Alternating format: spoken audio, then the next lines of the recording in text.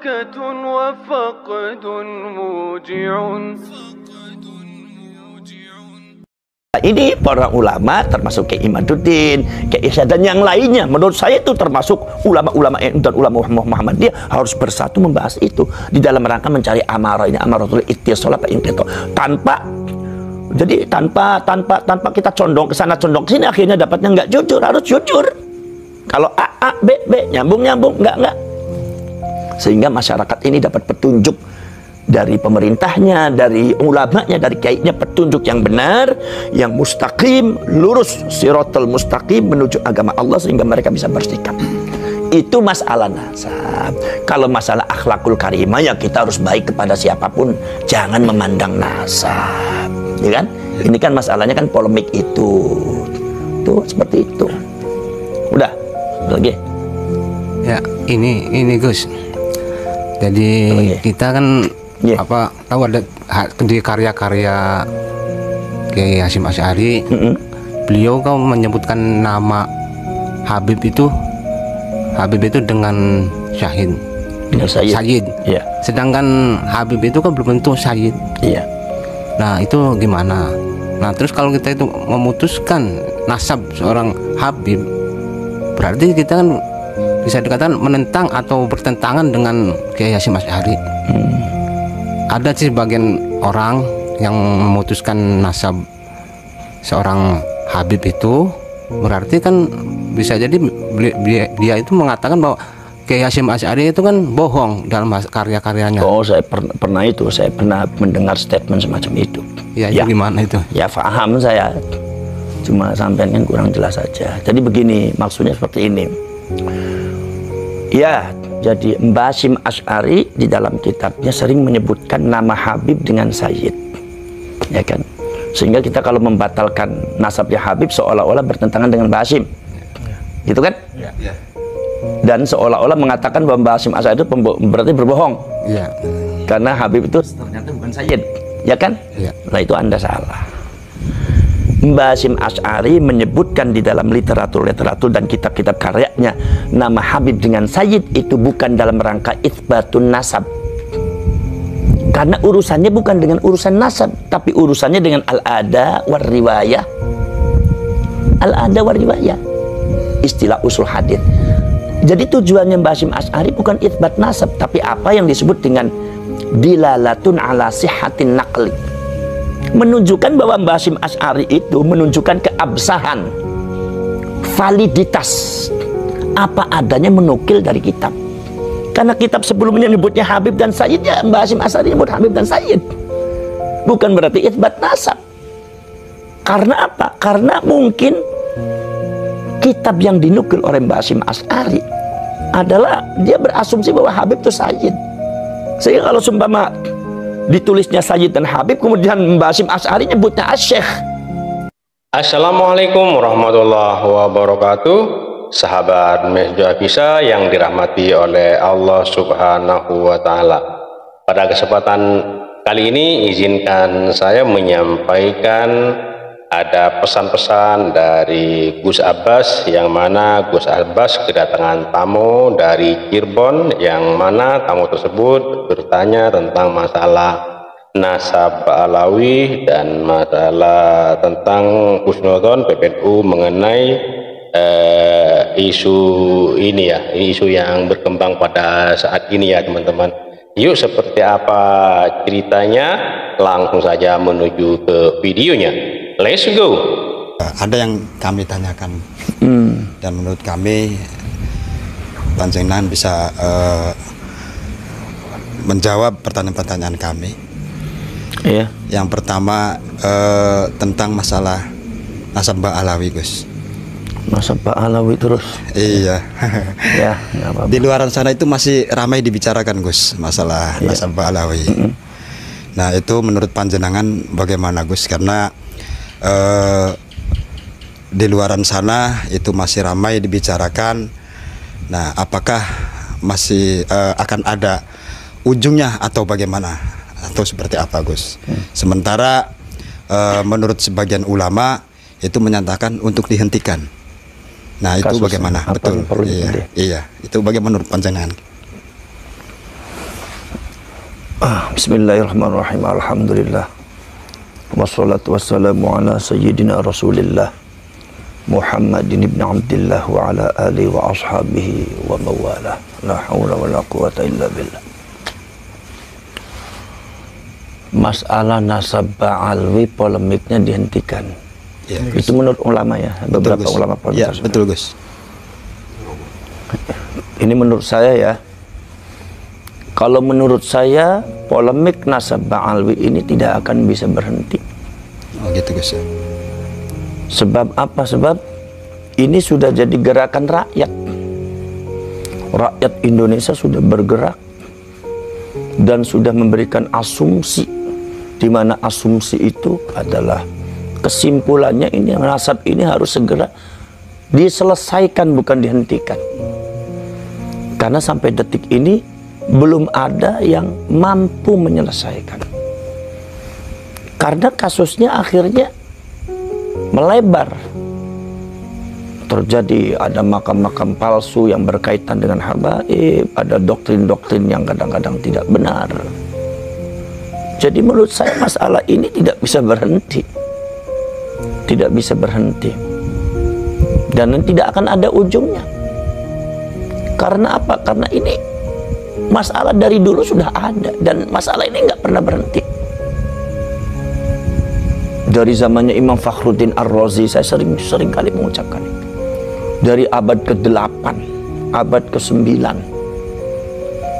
bahkan yang ada di Yamannya sendiri itu masih mempertanyakan tentang masalah nasab, keabsahan nasab daripada Ba'alwi ini.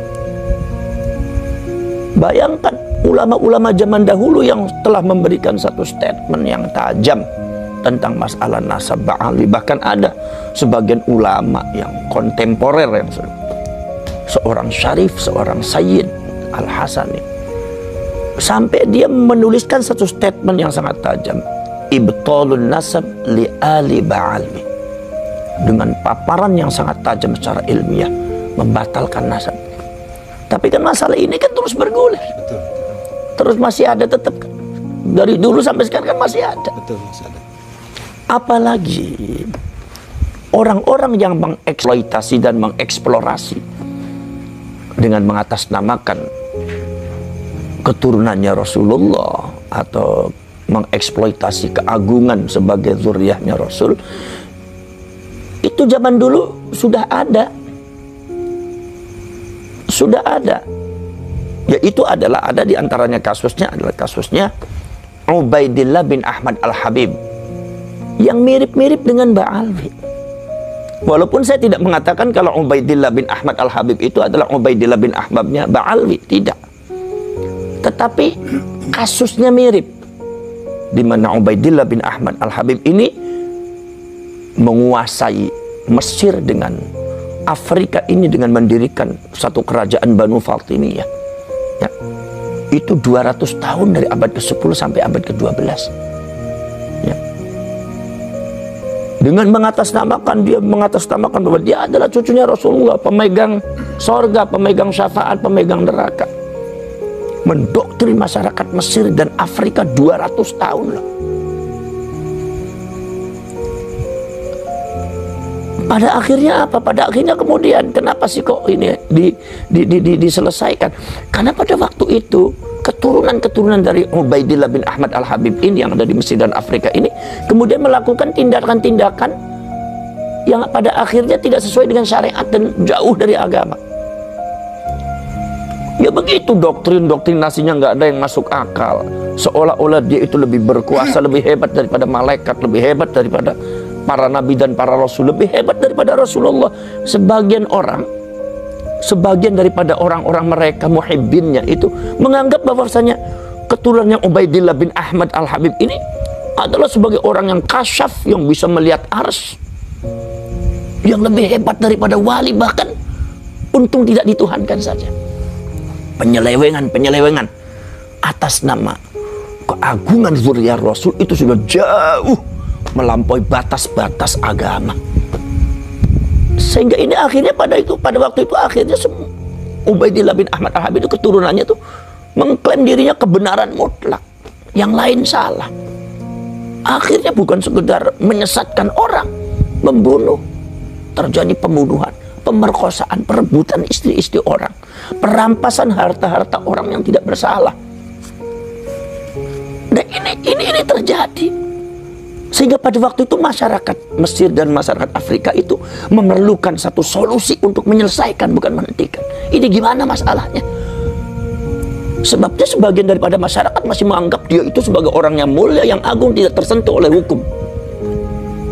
Maka di sini kemudian masyarakat mengadu kepada Salahuddin Al-Ayyubi. Maka Salahuddin Al-Ayyubi kemudian menghancurkan mereka. Di antaranya menghancurkan kaum Salibis yang ada di Palestina dan menghancurkan Banu Fatimiyah yang ada di Mesir dan Afrika, yaitu adalah keturunannya Ubaidillah bin Ahmad Al-Habib, atau biasa disebut Ubaidillah bin Ahmad Al-Mahdi karena mengaku Imam Mahdi. Dihancurkan semua, buku-bukunya dibakar. Kenapa? Sebab karena isinya doktrinnya nggak benar. Ini doktrinnya nggak benar. Itu sudah dihancurkan Salahuddin Al-Ayyubi dengan berdasarkan izinnya Syekh Abdul Qadir Al-Jailani Sultanul Aulia. Udah ada ketegasan, udah dihadapi dengan satu kekuatan. Tapi kan masalah yang seperti ini kan nggak berhenti.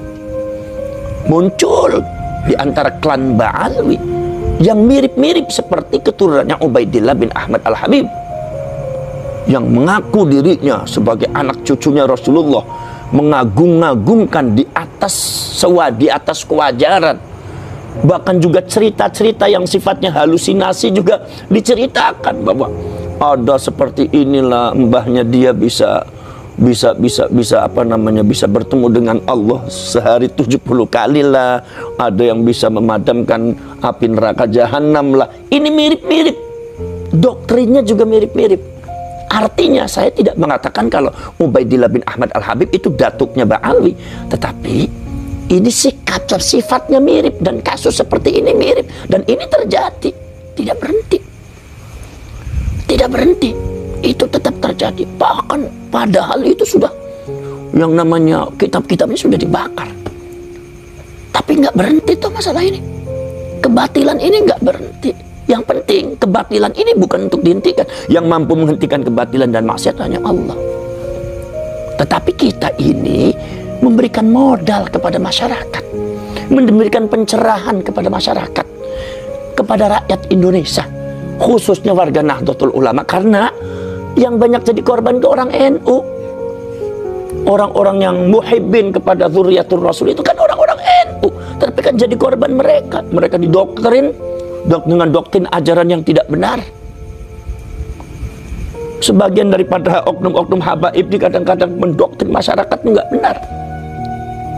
Harus menghormati mereka, sehingga terjadi pergeseran-pergeseran. Di antaranya apa pergeseran? Karena di situ ada nama sebagai cucunya Rasulullah. Jadi sehingga orang-orang yang mengikuti mereka, para muhibbinnya itu, kalau ada kiai yang dianggap bukan cucunya Rasulullah, tidak dihormati. Apalagi doktrin daripada habaib atau oknum habaib itu seperti itu. Bagaimana cara kasarnya dia bicara, menyebut nama kiai hanya namanya saja. Itu doktrinnya mereka. Kalau menyebut nama kiai daripada selain golongan mereka, jangan panggil kiai, jangan panggil sebut nama kebesaran, panggil namanya aja. Panggil namanya aja, sehingga manggilnya ketika habaibnya itu, oknum habaibnya manggil si, maka muhibbinnya manggilnya si semua. Manggil Kiai Imad si Imad, manggil Buya Said Akil si Said, manggil Buya Ma'ruf Amin si Ma'ruf. Sekarang saya tanya, itu batil apa hak atau batil? Batil. Hak apa batil? Batil. Hak apa batil? Batil. Apakah mau dibiarkan? Ini harus dihentikan. Dihentikannya bagaimana? Diselesaikan, bukan menghentikan mereka. Diselesaikan. Kalau urusan mereka, orang-orang semacam mereka itu akan terus ada. Tapi minimal kita itu sebagai warga NU, sebagai pengurus NU dan ulama-ulama NU harus bisa memberikan pencerahan, pencerdasan terhadap rakyat dan masyarakat Nahdlatul Ulama. Begini loh yang namanya habaib, begini loh nasabnya, begini loh ceritanya. Dan dulu juga ada semacam habaib, semacam Ba'alwi, begini loh cara menghadapinya. Jadi panduannya ada supaya masyarakat tuh bisa bersikap secara benar sesuai dengan rel-rel agama. Ini bukan masalah benci kepada Habib atau tidak. Tapi permasalahannya masalah itu. Lah kalau begitu seumpama itu berarti kita itu memecah belah umat. Loh, ini bukan at-tafriq bainal mu'minin, bukan memecah belah orang beriman, tapi at-tafriq bainal haqqi wal batil. Ini memilah-milah antara yang hak dan batil. Kebatilan dan hak harus dipilah, dan masyarakat harus diajari, beri petunjuk. Ini loh, ini nggak bagus, ini nggak bagus. Bukan menghentikan. Kalau masalah menghentikan nggak akan berhenti. Mau berhenti atau tidak itu satu adalah urusan Allah. Nomor dua urusan mereka mau berhenti atau tidak. Mungkin personality mereka ada yang mau berhenti, tapi secara klan semuanya ba'alwi, saya yakin tidak akan berhenti. Dan akan ada orang seperti itu, orang yang mengaku nabi dan rasul, orang yang mengaku nabi dan rasul. Zamannya Musailamatul Kadzdzab, apakah berhenti? Sampai sekarang ada juga, muncul lagi. Jadi yang penting kita memberikan panduan kepada rakyat Indonesia, supaya rakyat Indonesia itu jangan mau dibodohi dengan doktrin-doktrin mereka. Kita ini bangsa besar. Belanda itu mengubur dalam sejarah kebesaran Indonesia yang mampu menguasai 3/4 dunia. Dikubur. Padahal kita itu bangsa besar. Orang Jawa itu besar, orang Aceh itu besar, orang Sumatera itu besar, Kalimantan punya kebesaran, Sulawesi, Maluku, itu semua Nusantara itu punya kebesaran yang lebih di atas yang lain. Tetapi dikubur. Bahkan sekarang sudah diracuni dengan doktrin-doktrin habaib yang seperti itu, ba'ali seperti itu. Akhirnya masyarakat menjadi bodoh, masyarakat akhirnya terkungkung, masyarakat terpenjara mentalitasnya. Karena apa? Selalu didoktrin, selalu dijajah dengan cerita-cerita semacam itu. Masalah syafaat, kalau Anda tidak menghormati kami maka tidak akan mendapat syafaat, tidak akan masuk surga, akan saya paksa kamu untuk masuk neraka. Kamunya siapa bisa maksa masuk neraka? Jadi ini adalah merupakan satu kasus yang harus diselesaikan. Mau berhenti mau tidak, yang penting Nahdlatul Ulama, PBNU khususnya, dan ulama-ulama yang lain itu harus memberikan petunjuk. Jadi apa namanya, yaitu adalah al-irsyad wa da'wah, memberikan petunjuk dan mengajak masyarakat bagaimana cara menghadapi ba'alwi ini. Karena ini sudah luar biasa menurut saya. Doktrin-doktrinnya banyak melecehkan para kiai, para ulama, apalagi doktrin fitnah. Mari kita buat fitnah yang diterima oleh masyarakat. Buat fitnah yang diterima oleh masyarakat. Sekarang saya tanya, Rasulullah itu mengajarkan fitnah apa tidak? Tidak. Tapi mereka mengatakan mari kita buat fitnah. Ada, saya lihat tuh YouTube-nya. Masya Allah. Nomor selanjutnya banyak makam palsu, banyak cerita yang dibelokkan, sejarah yang dibelokkan. Sudah dibelokkan, makamnya makam palsu, nggak ada isinya. Kadang-kadang ada yang makamnya kuda. Apakah ini bukan penyesatan terhadap rakyat? Ini harus diselamatkan rakyat tuh. Orang NU dan orang muslimin, muslimat, umatnya Rasulullah harus diselamatkan daripada doktrin-doktrin dan ajaran-ajaran pengaruh-pengaruh mereka. Bukan sekedar itu saja. Masya Allah, makam ada, memalsukan makam. Makamnya dihauli, sudah dipalsukan, diklaim lagi bahwa ini seperti ini. Nahdlatul Ulama tanpa Habib tidak bisa berdiri. Ada lagi sekarang, Indonesia tanpa Habib tidak bisa berdiri. Ada lagi mengatakan sekarang Madura itu adalah satu daerah khusus untuk mencintai Habib. Ada lagi sekarang Purwakarta, sejarahnya juga diklaim juga bahwa yang membabat tanah Purwakarta itu adalah golongan Habaib, dibantah oleh sesepuhnya. Ini diklaim lagi, diklaim lagi, diklaim lagi. Nanti kalau diklaim semua, habis itu orang Indonesia. Sejarah kalian akan tenggelam, sejarah kalian akan hilang, akan lenyap, ditimbun oleh kebatilan-kebatilan kaum-kaum ba'alwi, oknum-oknum ba'alwi semacam itu. Lah ini jangan sampai terjadi di Indonesia. Jadi ini harus ada ketegasan dari pemerintah, dari PBNU, dari ulama-ulama, bahwa seperti ini loh cara menghadapinya. Karena untuk menghadapi mereka itu harus memiliki kekuatan besar semacam Salahuddin Al-Ayyubi.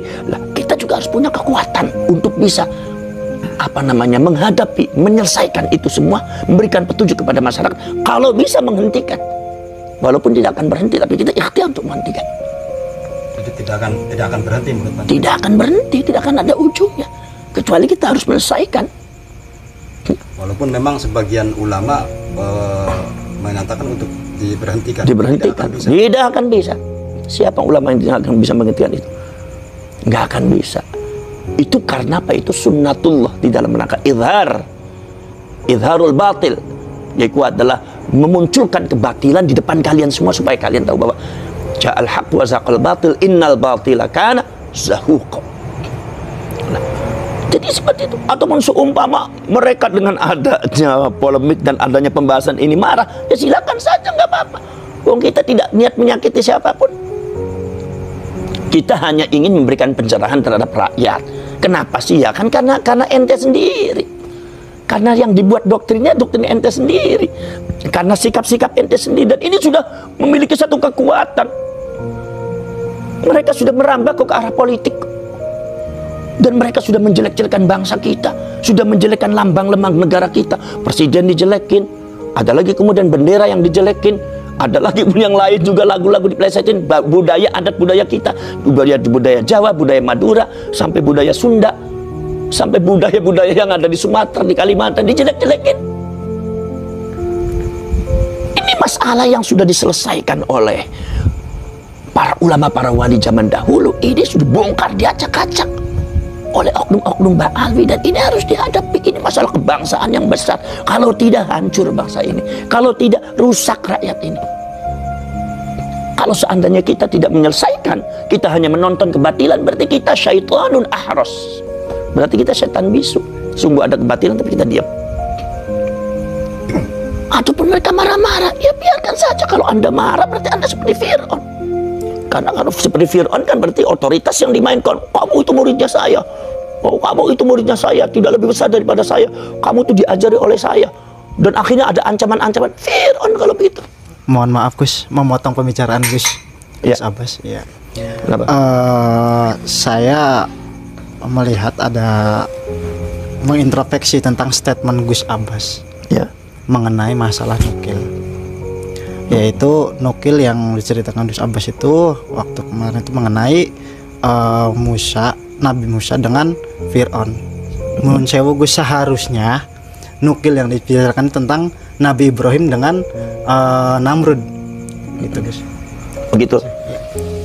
Oh iya kemarin ya, karena memang itu rekamannya malamnya, pertanyaannya mendadak, jadi akhirnya saya cerita zallatul lisan.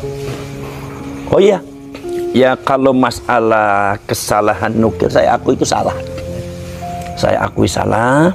Sebetulnya itu cerita itu saya maksudkan sih ceritanya Nabi Musa dan Fir'aun, tetapi saya salah nukil itu ceritanya Nabi Ibrahim dan Namrud.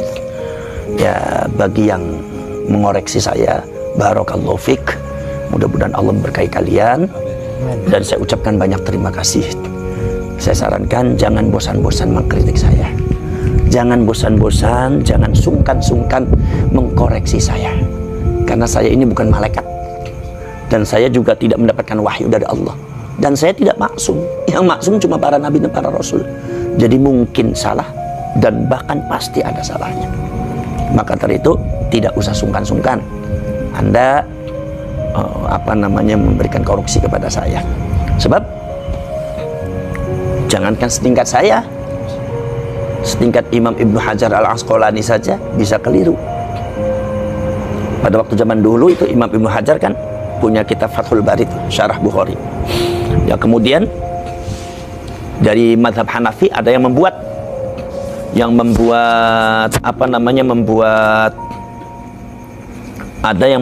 syarah Bukhari lagi, namanya Umdatul Qari, yang dikarang oleh Al-Imam Badruddin Al-Aini. Itu karangannya Imam Badruddin, Umdatul Qari ini min jihati sanad itu lebih unggul daripada Imam Ibnu Hajar Al-Asqalani dalam kitab Fathul Bari. Bahkan di dalam sejarah Imam Ibnu Hajar sempat merevisi beberapa riwayat dan sanad rijalul haditsnya. Itu ketika ditanya oleh muridnya, "Ya Imam, kenapa panjenengan ini direvisikan? Sebetulnya seperti ini, kok direvisi dari seperti ini?" Kata Imam Ibnu Hajar, "Iya, saya keliru. Setelah saya membaca kitabnya Imam Badruddin Umdatul Qari, yang benar adalah Imam Badruddin Al-Aini. Saya yang keliru." Jadi artinya setingkat Imam Ibnu Hajar dia bisa keliru. Jadi tidak ada alasan bagi saya untuk merasa paling benar atau nggak mau disalahkan. Ya salah itu dalam masalah keilmuannya. Kalau benar benar, kalau salah salah. Dan saya ucapkan banyak terima kasih dan saya berikan apresiasi kepada kepada sampean untuk bisa mengoreksi saya dan merevisi apa yang saya katakan. Memang saya sudah salah itu yang namanya salah ya harus salah. Kalau jangan dibiarkan, jangan ditiru itu. Anggap aja itu nggak ada, nanti saya ceritakan sebenarnya. Ya, saya ucapkan terima kasih. Mudah-mudahan yang mengoreksi saya, mudah-mudahan mendapatkan barokah dari Allah. Amin. Ilmu yang bermanfaat. Amin. Dan futuhul qalbi, yaitu terbukanya hati itu mendapatkan ilmu dari Allah Subhanahu wa taala karena dia berpijak pada satu kebenaran. Alhamdulillah saya ada yang mengingatkan. Ya. Dan saya bersyukur. Tapi pada intinya sama saja. Maksud saya begini, bahwasanya kalau seandainya orang debat kemudian logikanya kalah, kemudian marah-marah dan memunculkan otoritas untuk melumpuhkan lawannya. Ya. Kamu kan anak saya, masa ngelawan sama bapak? Ya. Kamu kan murid saya, masa ngelawan sama guru?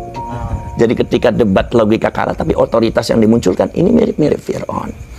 Kalau cerita aslinya seperti ini. Jadi kalau Fir'aun itu kan selalu di depan umatnya itu mengatakan ana rabbukumul a'la. Saya adalah Tuhan kalian yang paling tinggi. Di sini ada satu celah-celah untuk membantah atau untuk berkomunikasi dengan Fir'aun dengan cara debat logika. Ya, yang dilakukan oleh Nabi Musa dan Nabi Harun berdasarkan perintah Allah. Apa? Satu begini. Kata Fir'aun, ana rabbukum, saya adalah Tuhan kalian, al-a'la yang paling tinggi. Tuhan kalian maksudnya adalah umat. Umatnya manusia. Sekarang kalau seumpama Fir'aun mengatakan, saya adalah Tuhan kalian, yaitu adalah manusia yang hidup di depan Fir'aun. Sekarang Tuhannya Fir'aun siapa? Sekarang Tuhannya langit dan bumi siapa? Sekarang Tuhannya manusia, generasi manusia yang sebelum umatnya Fir'aun siapa? Mbah-mbahnya yang sudah meninggal, itu siapa Tuhannya? Tuhannya seluruh barat dan timur siapa?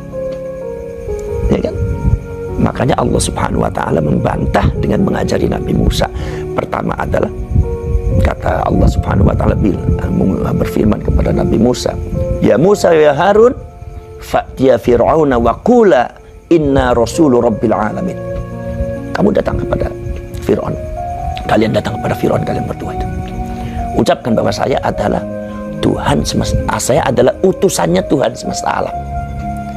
Lah ini Fir'aun bingung kok Tuhan semesta alam.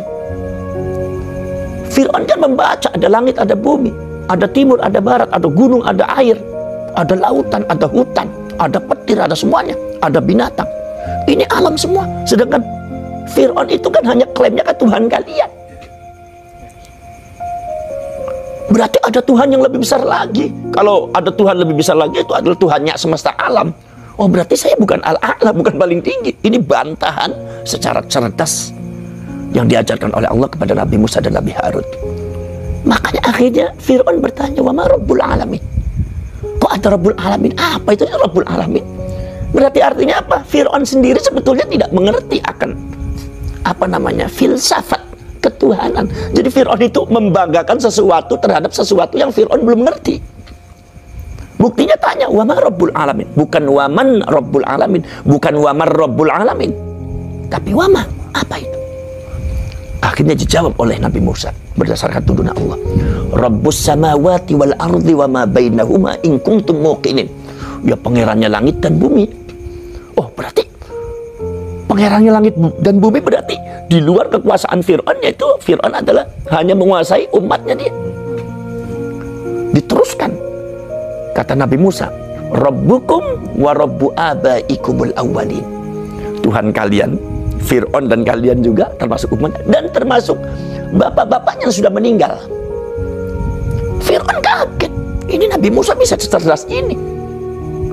Ini kan tuntunan dari Allah. Makanya kalah logika.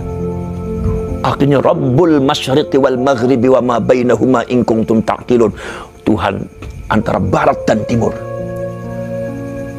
Itu karena Fir'aun hanya mengucapkan Rabbukumul a'la. Kemudian kata Allah Subhanahu wa taala awal begitu datang, kata Allah mengatakan kepada Nabi Musa, "Ya Musa, idhab ila Fir'aun innahu tagha. Faqul halaka ila an tazakka wa ahdiyaka ila rabbika fatakhsha. Ila rabbika.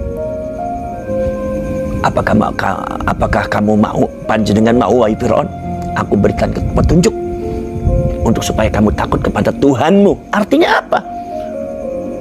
Nabi Musa memberikan konsep Tuhannya Fir'aun.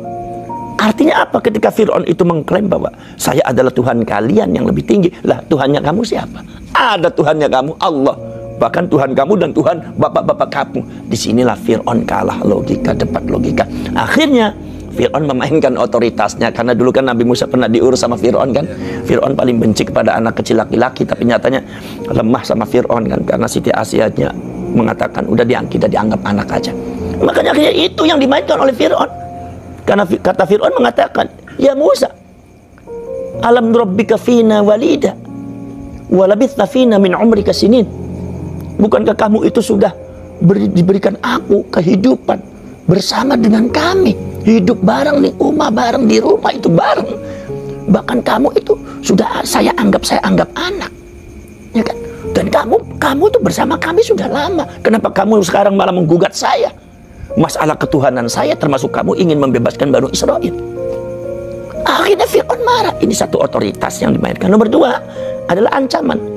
Ya Musa, la ini takhadta ilahan ghairi la aj'alannaka minal masjunin. Kalau kamu sekali lagi bicara tentang masalah Tuhan selain saya terpaksa akan saya penjara kamu. Jadi ini otoritas dimainkan, ancaman dimunculkan. Ini gaya Fir'aun. Jadi kalau debat logika kalah dengan keiman, ya itu aja, dengan logika kalah dengan keiman. Kemudian akhirnya malah otoritas dimunculkan. Yang menciptakan kiai-kiai adalah Habib itu begini, ya kan? Bahwa ini ada begini. Pesantren kalau nggak ada Habib begini. Seolah-olah Islamnya goyah. Seolah-olah kalau seumpama nggak ada Habib maka Indonesia tidak akan Islam. Padahal Habib datang abad ke-19. Jadi ya kan? Habib itu segala-galanya. Habib itu datang abad ke-19. Sementara kita sudah Islam semua. Ya kan, Islam semua. Habib datangnya abad ke-19. Kita sudah Islam. Betul. Jadi artinya itu otoritas begitu adalah otoritas omong kosong. Satu. Nomor dua, diancam, awas kamu seperti ini kamu akan masuk neraka, nggak dapat syafaat. Ancaman. Gaya seperti ini adalah gaya Fir'aun. Itu maksud saya seperti itu ya. Ya itu. Jadi jangan dilakukan.